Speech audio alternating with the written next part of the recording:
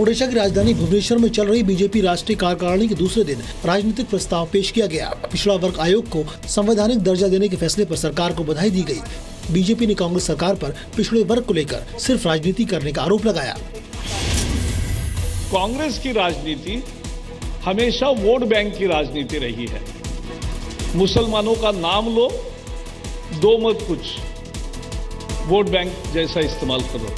OBC का नाम लो, गरीब का नाम लो, गरीब को कुछ भी मत पहुंचाओ, ओबीसी को न्याय ना दो और राजनीति करो वोट बैंक की। ये गांव गरीब, किसान, मजदूर, शोषित, पीड़ित, वंचित लोगों को न्याय देने का, इसीलिए गरीब को समर्पित हमारी सरकार है और उस गरीब के प्रति समर्पित सरकार का ये एक और पहल है कि ओबीसी के पिछड़ा वर्ग आयोग को संवैधानिक दर्जा देना।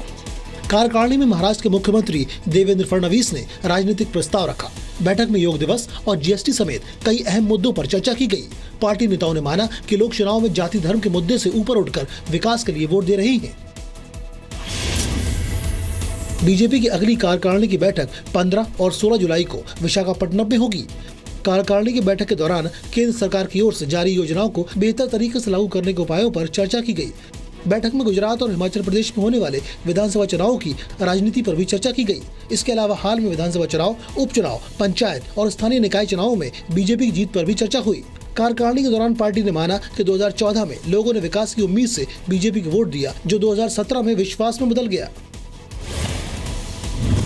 और अब से कुछ ही देर में प्रधानमंत्री नरेंद्र मोदी 2 दिन के गुजरात दौरे के लिए गुजरात रवाना हो जाएंगे और वहां पर शुरुआत 11 किलोमीटर लंबे रोड शो से करेंगे। वैसे प्रधानमंत्री नरेंद्र मोदी जब आज भुवनेश्वर में थे तो वहां मशहूर लिंगराज मंदिर में उन्होंने पूजा अर्चना की और स्वस्थ और खुशहाल भारत की कामना की। लिंगराज मंदिर में पहुंचकर पीएम मोदी ने सबसे पहले गणेश जी के दर्शन किए, फिर बाबा लिंगराज का अभिषेक किया। वक्त की कमी की वजह से गर्भगृह में विशेष पूजा का समय कम किया गया। पुजारियों ने पीएम को मंदिर के बारे में जानकारी दी। इस दौरान मंदिर के कर्मचारियों ने पीएम के साथ सेल्फी भी ली। इसके बाद पीएम मोदी ने मंदिर के पूरे परिसर का जायजा लिया। मंदिर में मौजूद लोगों की भीड़ का पीएम ने हाथ हिलाकर अभिवादन किया।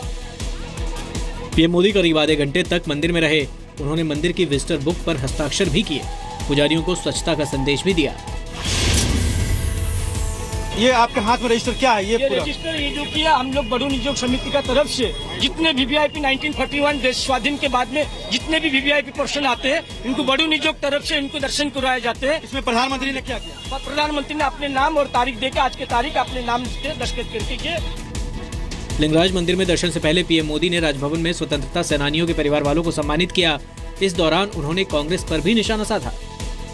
आजादी के इतने बड़े संग्राम को कुछ ही वर्षों में सीमित कर दिया गया, कुछ ही परिवारों में सीमित कर दिया गया, कुछ ही घटनाओं में सीमित कर दिया गया। भुवनेश्वर का लिंगराज मंदिर करीब 1000 साल पुराना है। इसे शैव संप्रदाय का अहम गढ़ माना जाता है। मंदिर का निर्माण सोमवंशी राजा जजाति केसरी ने करवाया था। लिंगराज मंदिर का मैदान 150 वर्ग मीटर के दायरे में फैला है। मंदिर के कलश की ऊंचाई 40 मीटर है। मंदिर में बने बिंदुसागर सरोवर में सभी पावन नदियों का पानी डाला गया है। पीएम मोदी के लिंगराज मंदिर पहुंचने पर वहां मौजूद लोगों ने मोदी मोदी के नारे लगाए। पीएम मोदी 2 दिन के लिए गुजरात दौरे पर जा रहे हैं। सूरत शहर पीएम मोदी के रंग में रंग चुका है। सूरत में पीएम मोदी रोड शो भी करेंगे। 11 किलोमीटर तक होने वाले रोड शो के लिए जोर शोर से तैयारियां की जा रही हैं। शहर में पीएम मोदी के बड़े बड़े कटआउट भी लगाए गए हैं। यहाँ पे जो पोस्टर लगाए गए हैं तो पोस्टर के अंदर खास तौर पे नरेंद्र मोदी को यहाँ दिखाया गया है। यहाँ के स्थानीय नेता के साथ बड़े बड़े पोस्टर्स यहाँ पे नरेंद्र मोदी के लगाए गए हैं। 2 दिन के गुजरात दौरे में पीएम मोदी कई योजनाओं का शिलान्यास और उद्घाटन करेंगे। गुजरात का अपना बहुत सारे कार्यक्रमों की शुरुआत करेंगे। जहाँ कच्छ के रण में पानी ही नहीं था, वहाँ पानी पहुँचा है, उसका भी उद्घाटन उनके हाथों है। सूरत में पीएम के स्वागत के लिए सड़क के किनारे 12,000 मीटर लंबी साड़ी लगाई गई है, जिसमें केंद्र और राज्य सरकार की योजनाओं की जानकारी दी गई है। रोड शो में 15,000 बाइक सवार भी शामिल होंगे। कल पीएम मोदी सूरत में 400 करोड़ की लागत से तैयार multi super speciality hospital and research centre का उद्घाटन करेंगे।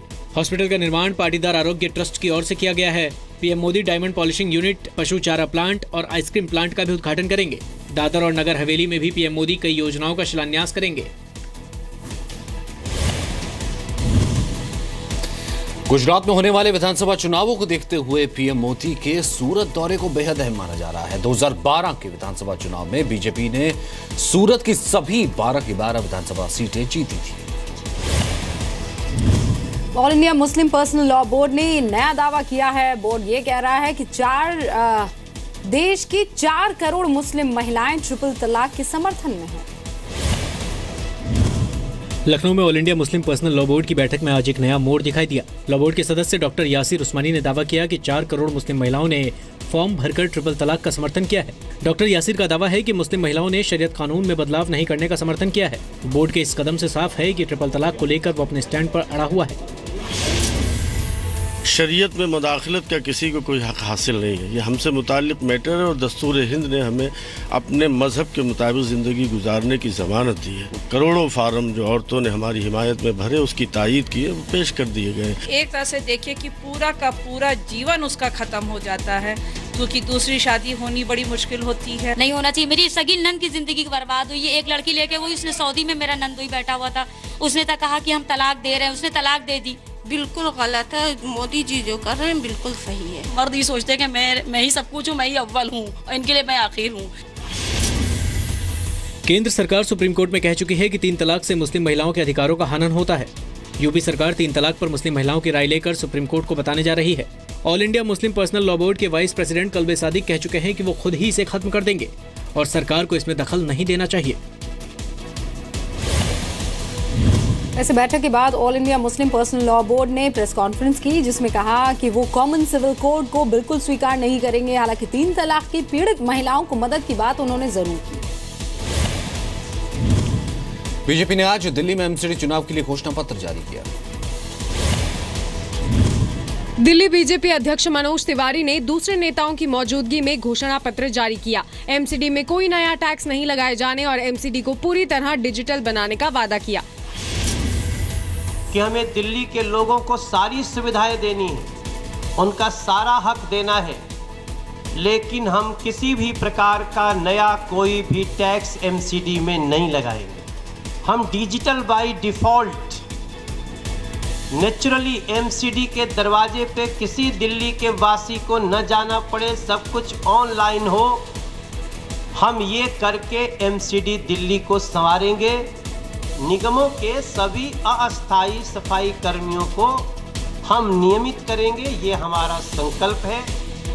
बीजेपी ने एमसीडी के लिए सही समय पर फंड के इंतजाम और लघु उद्योग को फैक्ट्री लाइसेंस से मुक्त करने का भी वादा किया है। दीनदयाल अंत्योदय योजना के तहत एमसीडी 10 रुपए में खाने की थाली देगी। लैंडफिल साइट के मलबे का इस्तेमाल हाईवे बनाने में किया जाएगा।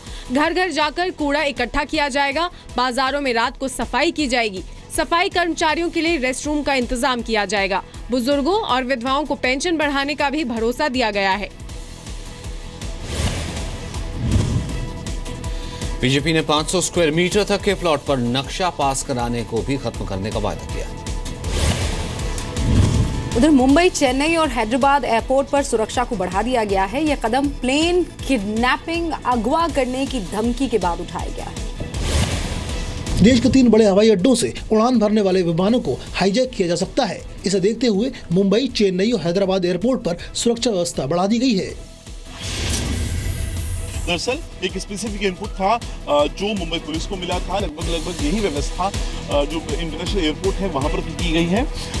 डॉग स्क्वाड को पूरे जो इतना भी कैंपस है, जो प्रेमिसेस है एयरपोर्ट का, वहां पर ले जाया जा रहा है। किसी भी संदिग्ध व्यक्ति को देखते ही या टैक्सी को देखते ही उसको रुकवाकर उसकी पूछताछ और उसकी जांच पड़ताल की जा रही है। बीती रात मुंबई पुलिस को ईमेल के जरिए एक महिला ने सूचना दी। ईमेल में 6 लोगों के प्लेन अगवा करने की बातचीत का जिक्र है। अधिकारियों ने कहा कि लोगों को इस बात से घबराने की जरूरत नहीं है। सीरिया के अलेप्पो शहर में कार से आत्मघाती हमला हुआ। इस धमाके की वजह से 100 से ज्यादा लोगों की मौत हो गई। आत्मघाती धमाका अलेप्पो शहर के बाहरी इलाके में हुआ। धमाका इतना शक्तिशाली था कि बस के परखच्चे उड़ गए। और आसमान में काफी ऊपर तक धुएं का गुब्बार उठ गया। धमाके का शिकार हुई बस में उत्तरी शहर फुआ और कफराया के लोग थे। इन्हें सुरक्षित निकाला जा रहा था। हादसे के बाद मरने वालों की तादाद लगातार बढ़ती जा रही है। अब तक 100 से ज्यादा लोगों के मरने की खबर है। इनमें बच्चे और महिलाएं भी शामिल हैं। सरकार और विद्रोहियों के कब्जे वाले इलाकों से लोगों को बाहर निकालने के लिए एक समझौता हुआ था। आत्मघाती धमाके का शिकार हुई बस भी लोगों का इंतजार कर रही थी और इसमें लोगों को बिठाया जा रहा था। हमले के बाद भी सरकार और विद्रोहियों की ओर से लोगों को सुरक्षित जगहों पर पहुंचाया गया। अलेप्पो में हुए बम धमाके की अभी तक किसी ने रिस्पॉन्सिबिलिटी ली नहीं है।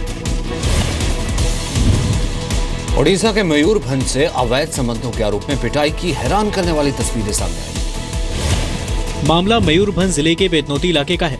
गांव वालों ने एक विधवा महिला पर अवैध संबंधों का आरोप लगाते हुए उसकी और उसके रिश्तेदार की जमकर पिटाई की। इस दौरान गांव वालों ने दोनों को रस्सियों की मदद से खंबे पर बांध दिया। पिटाई करने के बाद पूरे गांव में घुमाया। गांव में घुमाने के बाद दोनों को पुलिस के हवाले कर दिया गया। गांव वालों का आरोप है कि विधवा महिला का उसके दूर के रिश्तेदार से अवैध संबंध था। अवैध संबंधों को लेकर गांव में पहले भी कई बार विवाद हो चुका था। इस बार गांव वालों ने दोनों को रंगे हाथों पकड़ने का दावा किया है।